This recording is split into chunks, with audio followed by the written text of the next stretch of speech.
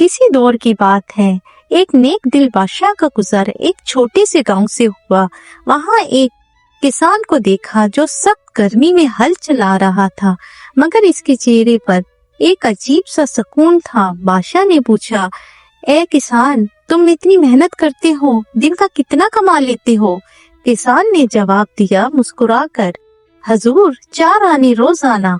बादशाह हैरान हुआ, सिर्फ 4 आने? इसमें तुम्हारा गुजारा कैसे होता है? किसान बोला, बादशाह सलामत, 1 आना मैं अपने ऊपर खर्च करता हूँ, 1 आना कर्ज उतारता हूँ, 1 आना कर्ज देता हूँ और 1 आना खैरात करता हूँ।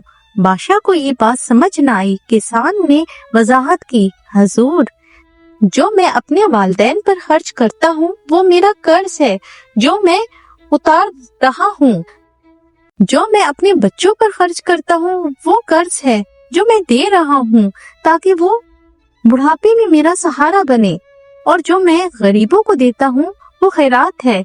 बादशाह किसान की अक्लमंदी से इतना खुश हुआ कि इसे अपने महल ले गया और इसे अपना खास मुशीर बना लिया। लेकिन दरबार के बाकी वजीरों को ये बात हजम ना हुई। वो किसान को नीचा दिखाने की कोशिश करने लगे।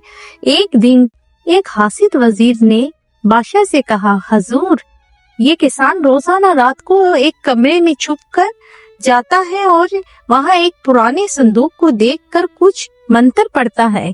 यकीनन ये आपके खिलाफ कोई साजिश कर रहा है। बादशाह ने फौरन तलाशी का हुक्म दिया।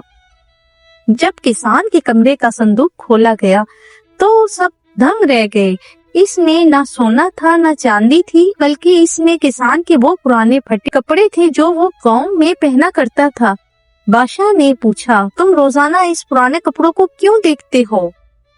किसान की आंखों में आंसू आ गए। वो बोला, बादशाह सलामत, मैं रोजाना ये कपड़े इसलिए देखता हूँ ताकि मैं कभी ये ना भूलूं कि मैं कौन था और कहाँ से आया हूँ। ये पुराने कपड़े मेरे लिए इस आईने की तरह हैं जो मुझे हमेशा सच्चाई का रास्ता दिखाते हैं। बादशाह ने ये सुना तो किसान को गले लगा लिया और हासिद वजीरों के सर शर्म से झुक गए।